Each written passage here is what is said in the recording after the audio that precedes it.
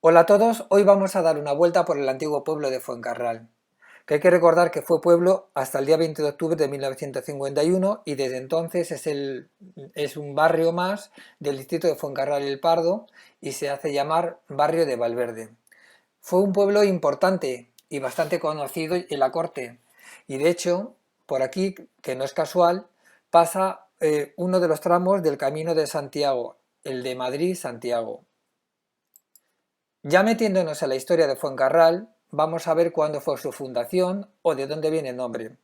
Realmente la fundación de Fuencarral no se sabe cuándo fue. Lo que sí se tiene constancia por escritos y por documentación en el que se la nombra, que en el siglo XII ya existía aquí bastantes hogares, es decir, que ya vivía población.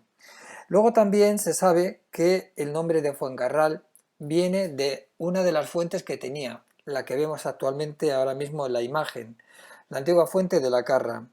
Era una fuente que se hacía llamar así, Fuente de la Carra, y era donde paraban los carreteros para que abrevasen las bestias, o la gente iba a por agua para trasladarla a otros lugares. Esta Fuente de la Carra, de estas dos palabras, cuando se juntan, da el nombre de Fuencarral, que esa fuente con el paso del tiempo se llamó Fuente del Concejo.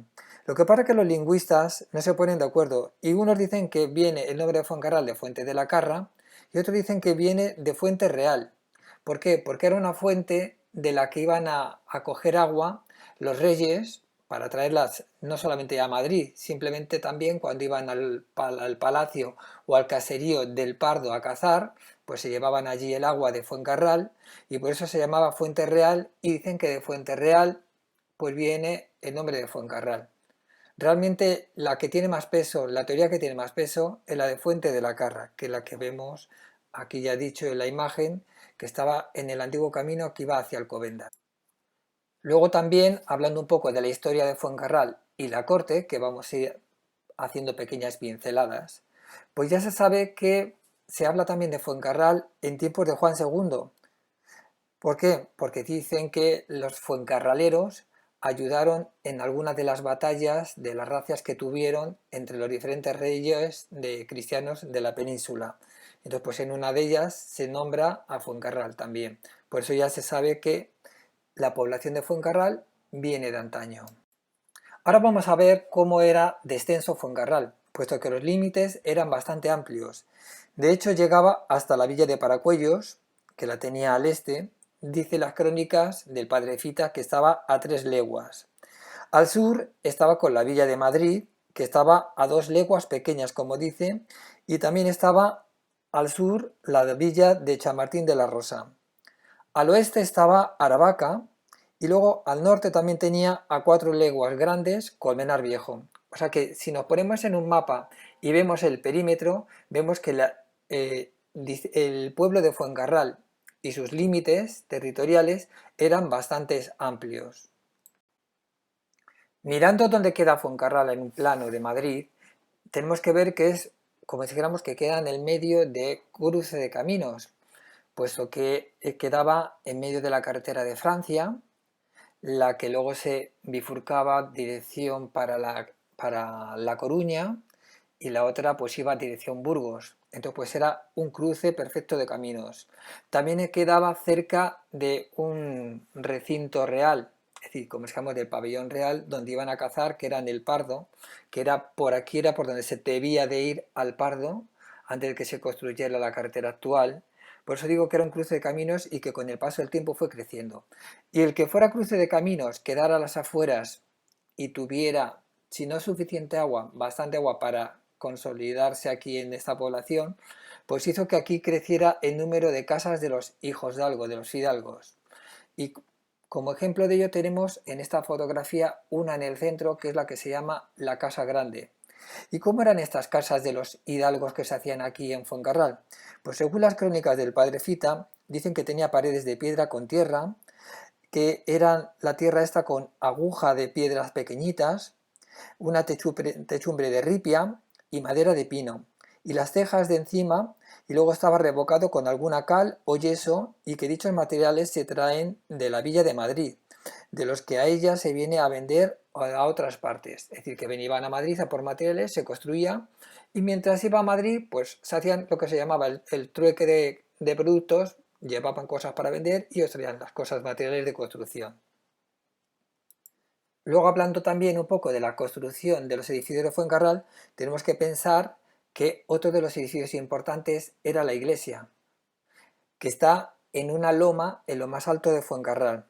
Luego también nos cuentan, aquí el padre cita, que aquí estaba la casa antigua que perteneció a Juan Bozmediano, que era el secretario del rey Fernando.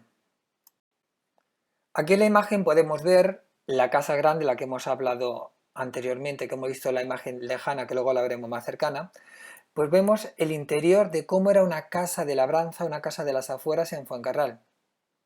Realmente la distribución era por medio de un patio central, como vemos aporticado, y a raíz de ahí se distribuía todo el perímetro de la casa. Según lo grande que fuera la casa o no, tenía un patio o dos, el que se llamaba el patio central, al que daban todas las estancias y todas las habitaciones importantes, que estaba dividido en varias plantas, o patios de exterior o laterales, como es el caso de este, que esta era la casa grande de Fuencarral. Es una casa bastante amplia y tiene el patio central y este patio exterior, pero que nos viene muy bien ver la foto y la imagen para saber cómo era una casa de la Briega aquí en esta zona de Fuencarral. Tenemos que pensar que estas casas, ya hemos dicho que eran casas en las que servían no solamente para que los señores vinieran a pasar temporadas, sino eran casas de trabajo, porque hay que recordar que ¿de qué vivía Fuencarral? Fuencarral prácticamente vivía del campo. Vivía del cultivo de cereales como el trigo, la cebada, los centenos, que se hacían en las grandes extensiones de tierra que tenía. Se iba con los bueyes, con las mulas, y entonces pues allí se trabajaba la tierra. Luego, aparte de esto, también se vendía mucha leña a la corte. Se iba a la zona al término de Valdelatas y entonces allí se hacía la corta de leña y se llevaba a la corte a vender. Luego también era un gran cazadero. Aquí había venados, ganos, puercos, jabalíes, liebres, conejos, que actualmente todavía siguen en el Monte del Pardo. Pues entonces pues también era zona donde aquí había muchísima caza. Y el que hubiera tanta caza y viniera a la corte el rey aquí a cazar con sus pequeños amigos o gente que estaba a su alrededor, trajo bastante problema, en concreto con los monteros reales. ¿Por qué? Porque lo que hacían era, cuando pasaban los monteros, aplastar las cosechas y hubo bastante litigios. De hecho, muchos monteros se quedaron asentados aquí en la población de Fuencarral y es uno de los apellidos que tiene también común la población de Fuencarral, Montero. Aquí en la imagen podemos ver el exterior de la casa grande, la puerta principal y la fachada principal, que nos quedarían las laterales y la trasera, que era una casa bastante grande. Entonces, fijándonos un poquito en la casa grande, estas casas de labranza, seguimos hablando que Fuencarral ya hemos dicho que era una zona agrícola. Y aparte de como lo que hemos comentado del trigo, cebada y centeno que se vendían, luego ya con el paso del tiempo fueron cultivando otras cosas que fueron trayéndolas a vender a Madrid, como por ejemplo los guisantes, garbanzos, las algarrobas, los nabos, que eran súper conocidos los nabos de Fuencarral, y también la vid. ¿Por qué? De hecho, nos habla en las crónicas de Poz, hay cartas en las que habla de las viñas de Fuencarral y de Alcobendas, que dicen que eran de las más famosas que había en la región, por el exquisito vino moscatel de sus uvas, que se hacen comparables, según dice Pons, se hacen comparables a los mejores licores que él conocía.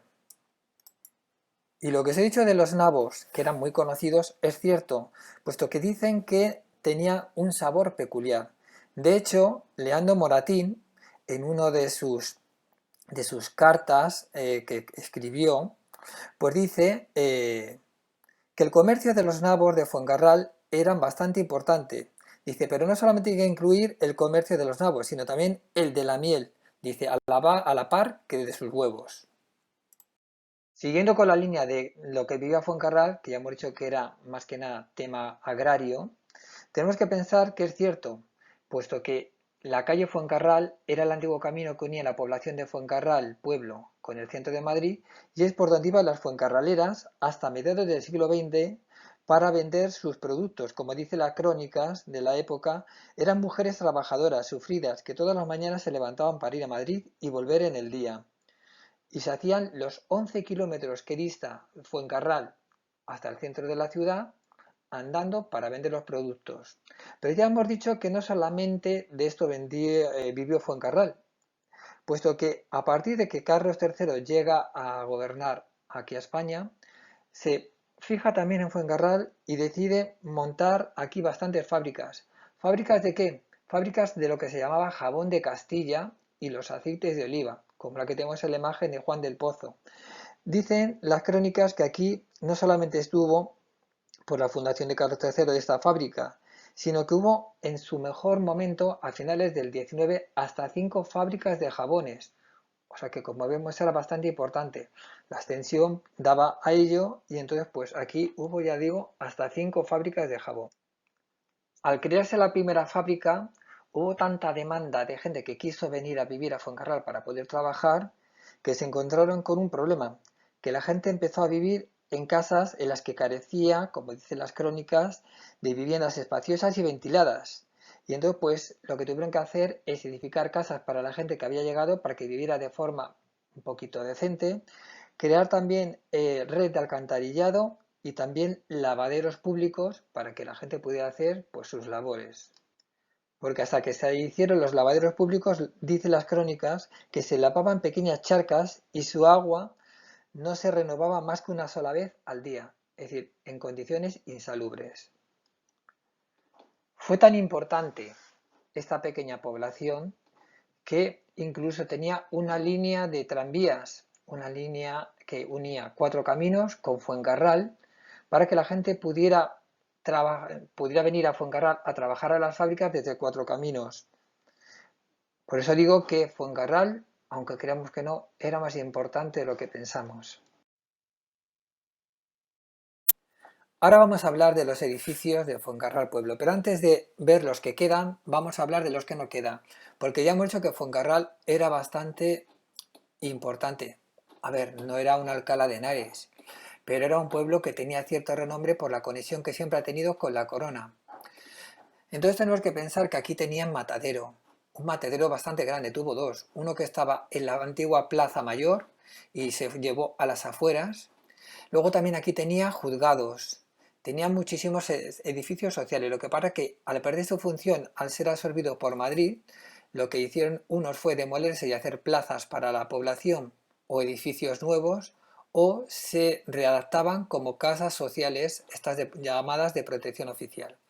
De lo que queda es lo que vamos a ver ahora mismo. Lo primero que tenemos aquí en la imagen, que es el edificio más importante de Fuencarral, que es la iglesia parroquial, la de San Miguel Arcángel.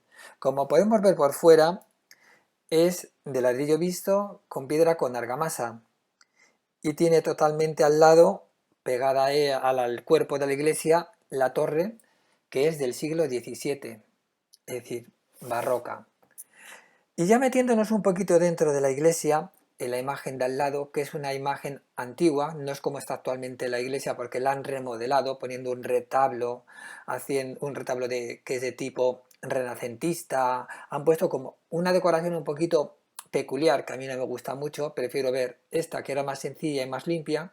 También el cuerpo de la iglesia, que está, según entramos, es planta de salón dividida en 3 cuerpos, el central, más ancho y más alto, y los laterales, divididos ellos por arco de medio punto, por columnas de orden toscano, como podemos ver en las imágenes, de formas limpias, y para ser un barroco ya me digo que es de formas muy limpias, y tiene como una curiosidad que no vemos en la foto, en el centro del cuerpo central, una pequeña cupulita que no se nota mucho porque es como una cúpula ciega, simplemente como una especie de lucernario.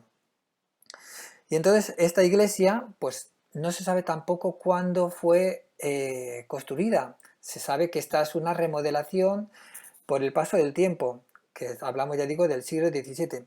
Aunque viendo las tumbas que había aquí en la propia iglesia, nos dice que aquí había la tumba de un señor que era un sacerdote, se llamaba don Gregorio Balaguer de Salcedo, que nos cuenta, en la propia lápida está puesto, que fue camarero del Papa Paulo III y de Julio III, y que falleció en esta iglesia el 15 de mayo de 1556. O sea que, como ya hemos dicho, se tiene constancia que en el 17 estaba, pero por medio de esta tumba que queda en un lateral del cuerpo central, se sabe que en el 16 ya existía y seguramente que anteriormente, aunque tal vez fuera de una forma diferente a como la vemos ahora mismo. También aquí en la iglesia hay una capilla, según se entra a mano izquierda, que es bastante amplia, que es la capilla del Cristo de la Veracruz, que está en el lado del Evangelio. Que el Cristo de la Veracruz junto con la Virgen de Valverde son los patrones de Fuencarral, y eran las fiestas grandes. ¿Y de dónde viene este Cristo? Pues el Cristo de la Veracruz fue encontrado por Carlos I el 24 de abril de 1547 durante la batalla del Mur. Dice que iba andando y que se encontró en un árbol al Cristo atravesado por un arcabuzo. Dice que le dio tanta rabia ver lo que habían hecho con el Cristo, que de esa rabia que le entró, ganó la batalla. Se trajo al Cristo y entonces dice que le acompañó durante casi toda su vida, incluso se le llevó a Yuste. Lo que pasa que luego al final el Cristo terminó en el Pardo. Y del Pardo, don Antonio Pérez de Guzmán, que era el capitán del emperador, a la muerte del emperador, lo que hizo fue donarlo al pueblo de Fuencarral. Y primeramente estuvo en la iglesia, aunque luego más tarde fue colocado en una ermita que estaba a la entrada, bueno, y está a la entrada de Fuencarral, que es la ermita del Humilladero. Y entonces ahí estuvo colocado, lo que pasa que con el paso del tiempo, al final se ha llevado este Cristo a la iglesia y en la ermita del Humilladero hay otro de menos valor. Este Cristo, al estar relacionado con el emperador, durante mucho tiempo en la ermita del Humilladero ha estado el escudo imperial. Y de hecho, al ser un Cristo importante relacionado con la corona, se creó una hermandad, que es la hermandad del Cristo de la Veracruz, que tiene como hermanos mayores, como podéis imaginar, a los miembros de la familia real. Ahora vamos a dar un paseo por las ermitas que hay y que tenía Fuencarral, puesto que son pocas las que están y son varias las que han desaparecido. La ermita primera que te encontrabas cuando entrabas en Fuencarral Pueblo era la del Humilladero. Como siempre hemos hablado, los humilladeros quedan a las entradas o salidas de la ciudad para que cuando te salieras de la población rezaras para venir con buena salud, o para cuando entrabas en esta población supieras que era cristiana y lo que hicieras era expulgarte, quitarte los pecados. Pues a la entrada de Fuencarral, al lado de la escuela de adultos, queda en un lateral un poquito escondida la ermita del Humilladero. Lo que nos llamará la atención cuando nos acercamos es que tiene una pequeña cruz de granito en honor de los madrileños que murieron en el año 1808, en el levantamiento contra los franceses. Luego ya si nos acercamos a la propia ermita, vemos que está enfoscada, con color crema, hoy en día con color crema. La puerta tiene un arco ojival y en cada hoja de la puerta tiene una mirilla para que nos acerquemos y veamos el interior. En el interior lo que tiene es un Cristo que está iluminado por 4 velones, da sensación de oscura, pero también de recogimiento por si quieres ir allí a rezar. Y luego también por fuera lo que tiene es un tejado a 4 aguas y lo remata una pequeñita cruz diminuta a la parte más alta. De esta ermita ya nos habla Pío Baroja en su libro Camino de la Perfección, de lo que nos dice: a las 9 estaba Osorio en Fuencarral. En la entrada del pueblo a la derecha hay una ermita blanca, acabada de blanquear, con la puerta azul rabioso, cúpula de pizarra y un tinglado de hierro para las campanas. Si comparamos lo que os he dicho yo de lo que cuenta Pío Baroja, vemos que ya no tiene nada que ver una ermita con la otra, aunque sea la misma. Otra ermita que hay en Fuencarral es la que vemos aquí en la imagen, a mano derecha, la de San Roque. Si nos fijamos en el exterior, son los muros encalados, tiene a la parte de abajo, en la base, piedras de granito, y lo más importante es lo que queda dentro, que es un artesonado, es decir, el techo es un artesonado que conserva pues, un trenzado de dibujos que solamente se contemplan si podemos entrar, pero casi siempre está cerrada. Luego también en el altar mayor está la imagen de San Roque, y también tiene otras imágenes como la de San Joaquín y Santana, que eran procedentes de ermitas anteriores que han ido desapareciendo. Como sabemos, la festividad de San Roque es el 16 de agosto y aquí lo que se hacía era grandes romerías. Igual que también lo que se traía eran los esvotos, pequeños objetos de cera de partes del cuerpo que al pedirle al santo que te pusiera bien o que te recuperara, se llevaba allí para darle las gracias. Luego la ermita tenemos que pensar que se construyó en terrenos de la familia Montes. Esto se sabe por una descripción que está hecha por el cronista Benavente y Barquín, en el que dice que se levantó hace muchos años en terrenos y por cuenta de la familia del señor Montes y costeada por estos a cambio de que se diera misa todos los domingos y que siempre hubiese allí un sacerdote que la dijese. Como nos damos cuenta, siempre está muy unida las familias nobles con capillas, con elementos religiosos, para que siempre rezaran por sus almas. Otra ermita que también había aquí en Fuencarral era la de la Virgen de Lourdes, que es la que tenemos en la imagen a mano izquierda, que ya tampoco nada tiene que ver con la imagen. Yo he buscado una imagen para que supierais cómo era no en su peor momento, sino ya en su decadencia avanzada, en el que ya como vemos en la imagen, las ventanas están tapiadas, la puerta está muy abandonada, pero todavía sigue manteniendo la cúpula, que actualmente todo, es decir, ventanas, puertas está tapiado y la cúpula no existe. Pues esta es de final del siglo XIX y entonces se puso al final de la calle Real, la actual calle Nuestra Señora de Valverde, y debió construirse, dicen, en el año 1891 o en el año 1900. Está entre media de estas dos fechas, según nos dice nuestro cronista Benavente y Barquín. Y entonces es un edificio, como vemos, de ladrillo visto, que tenía esa cúpula metálica que ha desaparecido, y luego se alzaba, ya hemos dicho, ese cimborrio que parecía como si fuera un observatorio astronómico. Esto querían que fuera, también lo mandó a hacer una familia noble, un panteón familiar. Lo que pasa que no se pudo terminar del todo ese panteón, esa ampliación de la ermita, y quedó parada en el tiempo y al final ha ido desapareciendo. Ahora tanto una ermita, la de San Roque, como la de la Virgen de Lourdes, dicen que con este plan de Madrid Norte de la ampliación de Chamartín, quieren hacer aquí en este entorno, quedan las dos cerca pero no quedan al lado. Quieren hacer un gran parque, pero las quieren mover de sitio piedra a piedra. Como siempre ya veremos en qué quedan estos macroproyectos. Luego ahora ya nos queda hablar de dos ermitas desaparecidas. Una era la de San Sebastián, que estaba también en la calle principal, a 200 metros dicen del pueblo. Y luego la otra era la ermita de Santana, que quedaba por Las Heras. Las Heras es donde está el barrio actualmente de Tres Olivos. Al principio del barrio de Tres Olivos, eso eran las Heras de Fuencarral, y ahí quedaba esta ermita de Santana, que era ermita y cementerio. Que el cementerio, al final, a la quedarse pequeño, tuvieron que desplazarlo más del pueblo y es el actual cementerio de Fuencarral. Y ahora vamos a hablar del antiguo ayuntamiento de Fuencarral. En un lado vemos la foto del antiguo ayuntamiento y en el otro vemos el nuevo ayuntamiento que se hizo en el año 1979, pero que ya no era ayuntamiento, que ya era en un primer momento Junta Municipal del Distrito de Fuencarral, que al final, al quitarse también de aquí la Junta del Distrito de Fuencarral, porque quedaba alejado, que se llevó al barrio del Pilar, pues esto se ha quedado como Centro Cultural Valverde. Como dato curioso, antes de meterme en la historia de los edificios, el reloj que tenemos aquí en Fuencarral, que sigue funcionando, es más antiguo que el de la Puerta del Sol y también está hecho por la Casa Losada. Hablando un poquito de los relojes ya sabéis que no todos los relojes que están en las torres son relojes de torres. Puede ser una esfera que está en una torre y entonces es un reloj de pared, puesto que es una esfera pegada en una torre.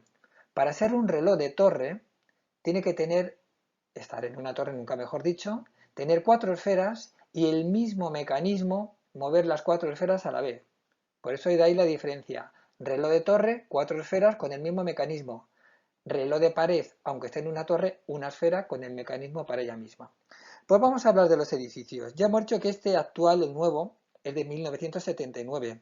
Se tiró el viejo, que era el que tenemos en la imagen, que ya estaba bastante viejo, y se hizo este nuevo. Y el nuevo se hizo, si nos fijamos un poquito casi a forma y semejanza, si pudiéramos ampliar la foto, vosotros la podéis ampliar un poquito, yo creo, se hizo casi imagen y semejanza, pero claro, más ampliado y más moderno. Pues según nos dice nuestro cronista, Benavente Barquín, dice que el antiguo ayuntamiento estaba en la entrada con columnas toscanas, como las que hemos visto en la iglesia de San Miguel Arcángel, igual. Y que luego tenía un balcón corrido, que era en el que tras ese balcón corrido estaba la sala de sesiones. Luego también tenía el escudo, un escudo de armas reales. ¿Por qué? Porque Fuencarral no ha tenido escudo hasta el año 1944, en el que se hizo un concurso para ver qué poner como escudo de Fuencarral. Y entonces pidieron permiso al Ministerio de Gobernación y al final pues hicieron como bastantes pensamientos de dibujos de qué hacer como escudo. Y por último ya sacaron el escudo oficial de Fuencarral, que es un campo de gules con una fuente de plata, y está todo ello timbrado con el coronel típico español y la bordadura camponada de Castilla y León en alusión a la incorporación de la corona en el año 1630.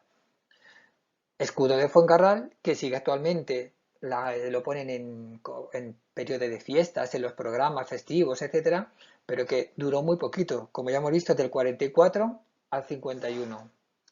Y luego también, como cosa curiosa de esta antigua Plaza Mayor de Fuencarral, actualmente Plaza de Islas Azores, en un lateral había una casa que era donde dicen que pernoctaba la realeza cuando estaba aquí por Fuencarral, porque siempre Fuencarral ha estado muy unida, y hago mucho hincapié en esto, con la Casa Real. De hecho, muchos hijos ilegítimos han vivido en Fuencarral porque era una forma de que estuvieran en zona real por cercanía al Pardo, pero que no estuvieran en la corte para que no lo viera toda la población de Madrid.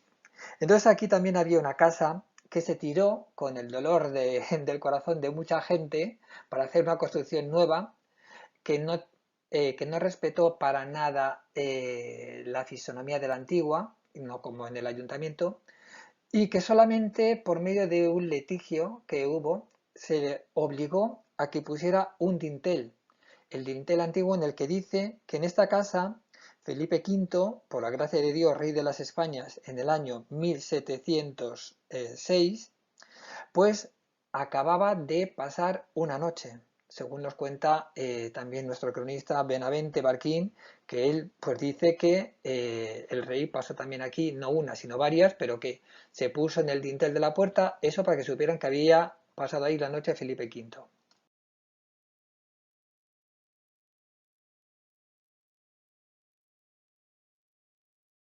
En esta imagen podemos ver una panorámica de Fuencarral, de ese Fuencarral antiguo que ha quedado ya en el pasado.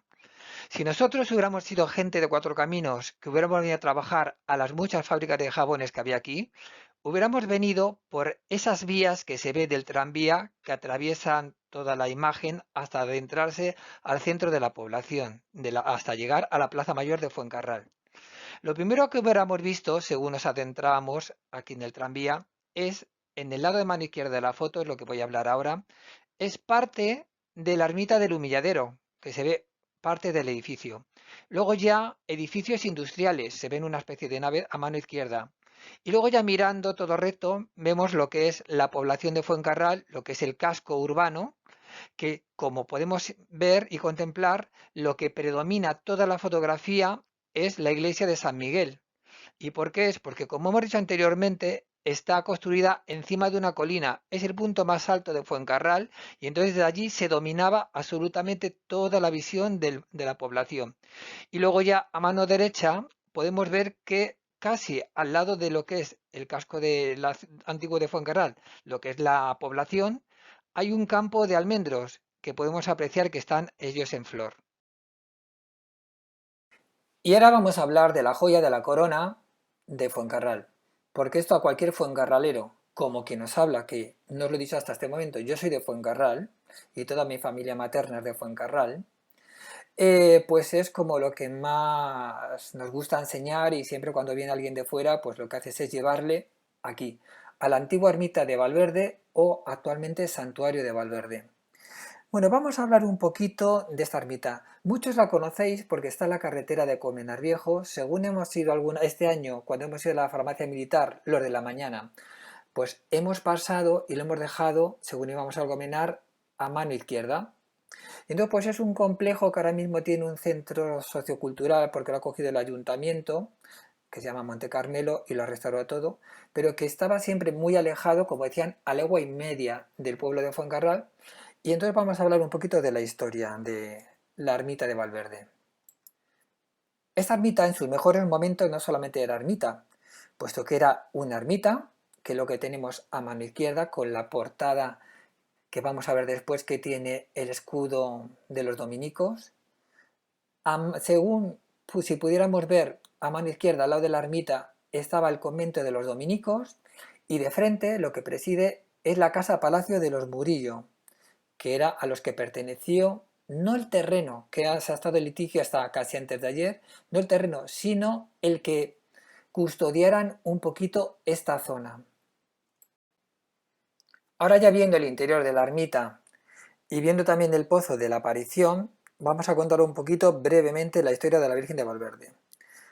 Esta historia de la Virgen de Valverde comienza en el año 712, donde se dice que ya aquí, antes de la invasión musulmana, pues se veneraba a esta imagen. Cuando llegaron estos, se escondió en ese pozo que vemos ahí en la imagen. Estuvo ahí, pues, más de 500 años, como cuenta la leyenda, hasta que una mañana en la Cuesta del Cuervo, donde se ponían los pastores pues a cubrirse un poquito del viento del norte y a descansar y estar un poquito al sol, y que desde ahí arriba se controlaba un poquito cómo estaban los rebaños, pues una mañana dicen que entre las retamas de aquí pues apareció de la nada una virgen que deslumbró a los presentes. Dice que ladraron los perros, revolotearon los pájaros, los hombres se arrodillaron hasta que recuperaron el aliento. Y luego también nos cuenta que la imagen, pues lo que hicieron fue, pues, ellos quedarse muy sorprendidos. Pero mandó uno de ellos que fuera a dar cuenta al pueblo. Fue al pueblo y dijo que había encontrado una imagen de una virgen que se había aparecido. Los del pueblo fueron a por ella y se la llevaron a la parroquia principal. De la parroquia principal ahí estuvo la disposición del altar mayor, pero al día siguiente desapareció. Pensaban que había sido robada. Y cuando los pastores iban comentándolo de nuevo para ir por el campo, para ir con las ovejas, en la misma retama, en el mismo sitio donde la encontró el día anterior, ahí estaba la Virgen. Otra vez se la llevaron al pueblo. Esta vez lo que hicieron, creyendo que había sido robada y depositada ahí por alguien, pues lo que hicieron fue custodiarla. Pero también desapareció, aunque estuviera custodiada. Y otra vez volvió a aparecer en el mismo lado.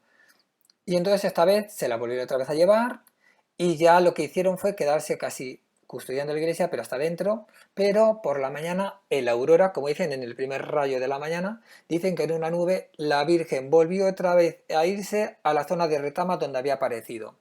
Entonces ya por fin entendieron que lo que quería la Virgen era que se hiciera donde ella había aparecido, pues su lugar donde ir a venerarla, la ermita.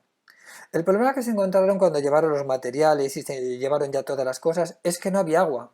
Estaba en el medio del campo, a legua y media del pueblo de Fuencarral, y entonces pues allí lo que no había era nada de agua, ni arroyo ni nada. Y ese pozo donde había aparecido ella entre la retama pues estaba seco, sequísimo. Lo que para que milagrosamente, uno de los milagros es que de repente cuando empiezan las obras empieza a brotar agua de ese pozo y casualmente el agua dura hasta que se terminan las obras, que dicen que cuando terminan las obras el agua otra vez vuelve a desaparecer y la arena del fondo estaba seca como si nunca hubiera habido ni una agua. Ya hemos dicho que la relación de la Casa Real con Fuencarral es bastante grande. De hecho se puede ver en este pozo, que si miramos la imagen del interior de la ermita, que vemos que es una ermita bastante grande, también es barroca como la iglesia parroquial, vemos que al lado de mano derecha, cuando termina la línea de bancos, hay algo gris redondo que es el pozo que tenemos aquí en la otra imagen en grande. Bueno, pues este brocal fue regalado por el rey del momento, por el mismo que había pernoctado en Fuencarral, Felipe V. ¿Por qué? Nos lo dice la fecha, nos dice en el brocal que pone sitio y lugar donde aparece la santísima milagrosísima imagen de Nuestra Señora de Valverde sobre la retama. A 25 de abril, el día de la fecha que se apareció, 25 de abril del año 1727. Por eso digo que la unión de la familia real con Fuencarral siempre ha sido bastante importante. Aunque hay que decir que el máximo apogeo de esta ermita y la máxima unión de esta ermita con la corona tiene que ser con la casa de los Austria, de los Habsburgo.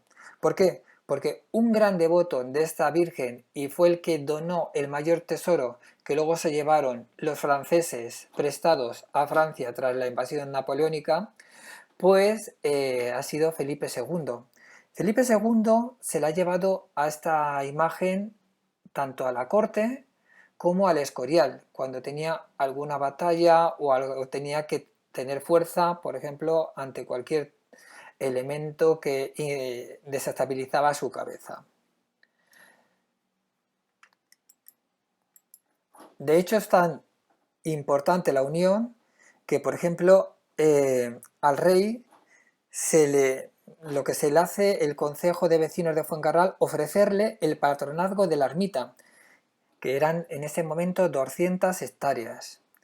Y entonces también se le hace patrono de los ornamentos, el oro y la plata, con la condición de que edificara allí un monasterio que el rey lo que hace no edificarlo él, se lo encarga a los marqueses de Murillo, de los que hemos visto ante la Casa Palacio, ¿recordáis? Bueno, y entonces pues a esto les nombra patronos para que hiciera el monasterio y custodiara el monasterio, siendo las tierras siempre del pueblo de Fuencarral. Una vez finalizado el monasterio, pues allí llegaron los dominicos de la Orden de Santo Domingo, concretamente, que eran los frailes recoletos. Y estuvieron allí en Valverde pues hasta la última desamortización. Tenemos que pensar que los dominicos que estaban aquí en Valverde, que según entramos a la iglesia, según pasamos la portada y miramos al techo, pues vemos todavía el escudo de los dominicos. Pues estos dominicos son los que están actualmente en la zona esa del barrio de San Chinarro, que hay una torre muy moderna. Pues los dominicos de ahí eran los que estaban aquí en Valverde en su momento, que el convento se llamaba Convento de Santo Domingo de Nuestra Señora de María de Valverde. De hecho, el convento, de lo que solamente queda los arcos del claustro originales, que eran de Francisco de Mora, y luego lo que han hecho es el Centro Cultural Monte Carmelo, pues alrededor, como si dijéramos, recuperando un poquito las tapias del propio convento, pues ya digo que ese convento tenía las 200 hectáreas que hemos dicho anteriormente que abarcaba la ermita, pero también tenía tierras como en Guadalajara o en La Granja. Tras la construcción del convento, poco después los marqueses de Murillo se hicieron aquí su casa-palacio, como habían quedado para custodiar estos terrenos. Lo que pasa es que esta casa-palacio se hizo mucho tiempo después, ya estamos hablando del siglo XVIII, cuando les conceden a esta familia, que era la familia Iturralde, les conceden el título de marqueses de Murillo. Luego, siguiendo con la historia, ya sabemos que fue saqueado por los napoleónicos y entonces fue exclaustrado. Cuando llegó Fernando VII, volvió otra vez los dominicos al convento hasta la última desamortización, que ya lo que quedó el edificio totalmente abandonado. Una vez abandonado por los dominicos, aquí lo que se hizo fue ponerse un cuartel militar, que era la unidad de brigada, la unidad de brigadas, referido con el tema de sanidad. Que este cuartel es el que está enfrente de los estudios de Telecinco, los antiguos estudios Roma, donde se hacía el circo de televisión española, etcétera, etcétera. Pues aquí estuvieron también los militares, que ya fueron los que destrozaron casi, se puede decir todo, con las caballerizas, con todo lo que el movimiento que se tiene un ejército, como podemos imaginar. Y ya una vez ya que quedó totalmente vacío, aquí ya vino los litigios, puesto que los herederos de estos marqueses de Murillo, la familia Reynoso, pues lo que hicieron ellos fue reclamar la propiedad de los terrenos y de los edificios, porque lo que querían hacer era derribar la ermita para hacer en ella, en esta ermita una vez derribada, pues nuevas construcciones o vaya usted a saber. Estos problemas han llegado hasta el año 2000. Estamos hablando desde el siglo XIX hasta el siglo XXI. Entonces hay que pensar que ha llegado hasta el año 2000 en el que ya se llegó a un pequeño acuerdo. ¿Qué fue? Que como ya sabemos, la propiedad, los terrenos eran del pueblo de Fuencarral, los edificios eran del patronato de esta familia Murillo, de la familia Velasco, actualmente Reynoso. Entonces lo que hizo el ayuntamiento fue proponerles que cedieran los edificios al ayuntamiento a cambio de propiedades en esos PAUs que iban a crecer como los de Monte Carmelo. Entonces cogieron de aquí, cogieron de allí, cogieron de allá, por medio de lo que habían cogido cedieron estos edificios y por eso actualmente es un centro cultural y edificios relacionados con el ayuntamiento.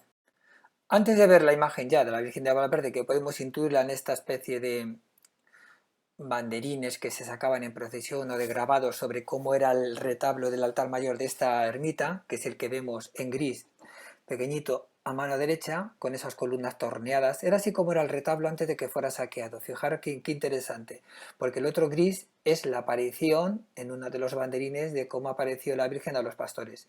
Y la foto es del grupo de danzas Valverde cuando bailaban la loa. Pues vamos a hablar de qué es la loa. La loa es un baile que se hace en las fiestas de Fuencarral, tanto a la llegada como cuando sale la Virgen de retorno a su ermita, pues que se empezó a bailar en el año 1742, cuando se celebró el quinto centenario de la aparición de la Virgen.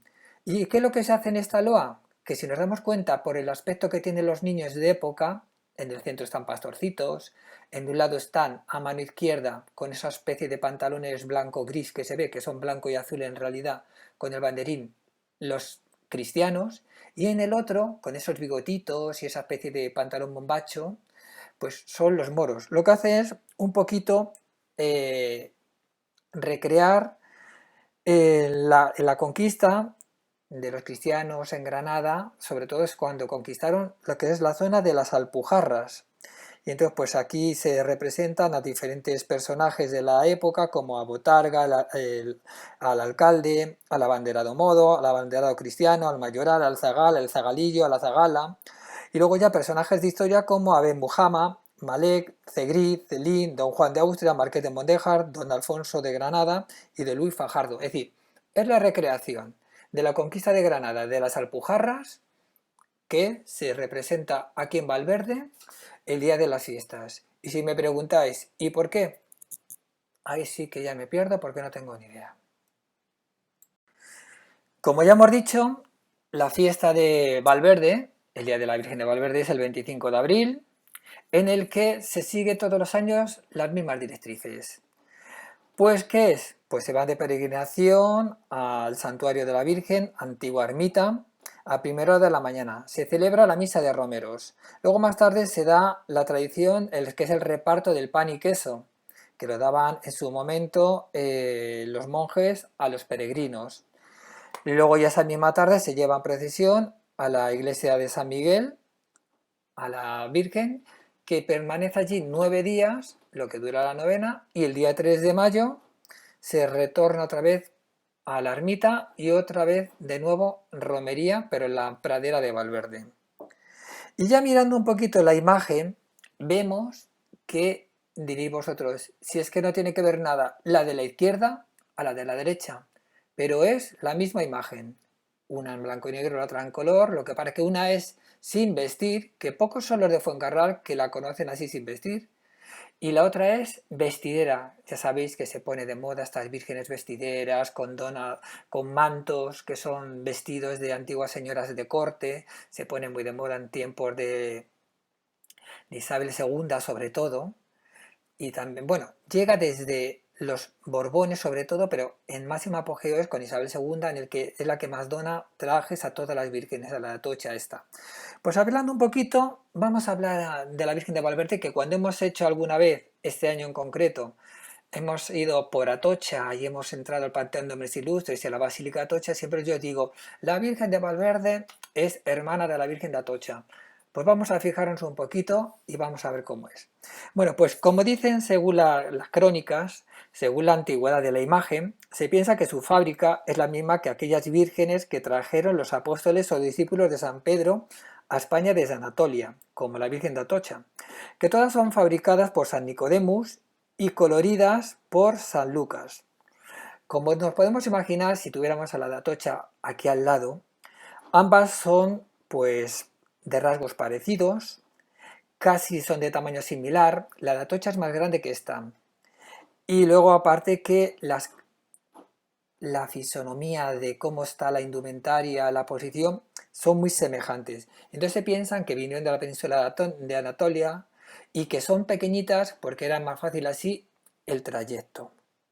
Luego dicen también, hay ahora mismo últimamente una leyenda urbana que yo no he encontrado ningún tipo de veracidad o documentación en el que diga otra cosa, en el que dice pues que puede que la Virgen de Valverde actual no sea la Virgen de antaño, que si en la guerra se perdió o que desapareció o fue quemada. Pero creedme que yo soy de Fuencarral, esta leyenda está saliendo últimamente y yo jamás, ni por mis abuelos ni por mis familiares, he oído esa leyenda en la vida. Y mira que mis abuelos vivieron la guerra.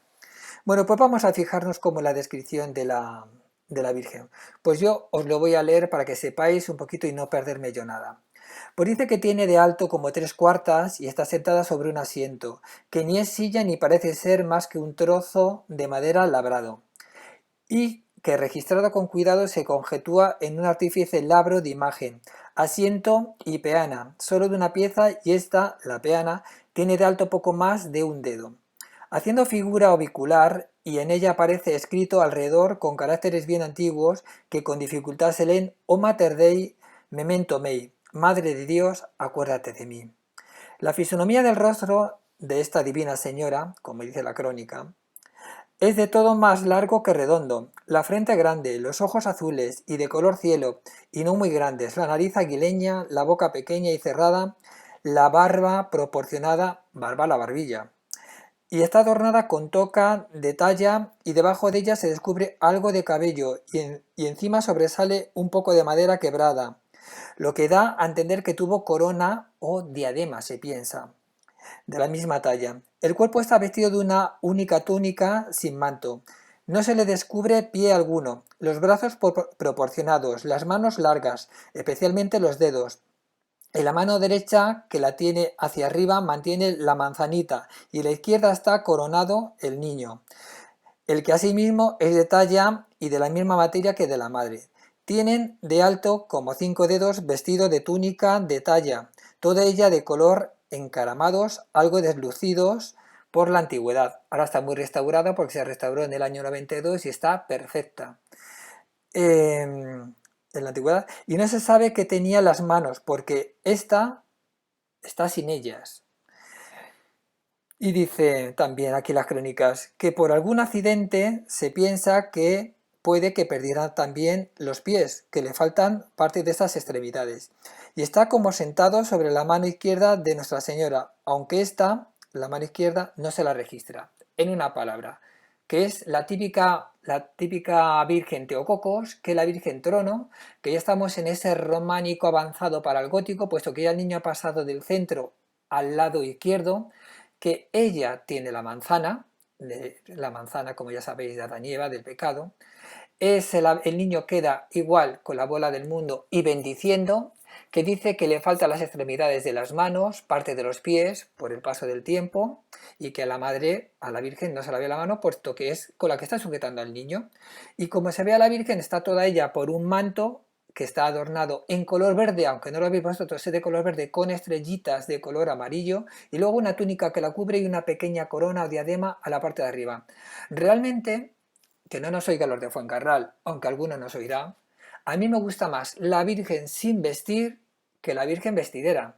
Y de hecho, cuando se restauró, pues pensaron en sacarla, como hacen ahora con la de la Almudena, que la sacan sin vestir, porque durante muchos años sacaban la vestidera, y pues sacarla sin vestir. Lo que pasa es que toda la gente de Fuencarral tiene en la cabeza a la Virgen de Valverde, vestida. Y entonces, pues si hubieran sacado en la carroza a la Virgen, esta Virgen románica, que es pequeñita, como de 33 centímetros, no se la vería para nada, y sin esa corte de vestidos y de flores, pues la gente como que se hubiera quedado desencantada.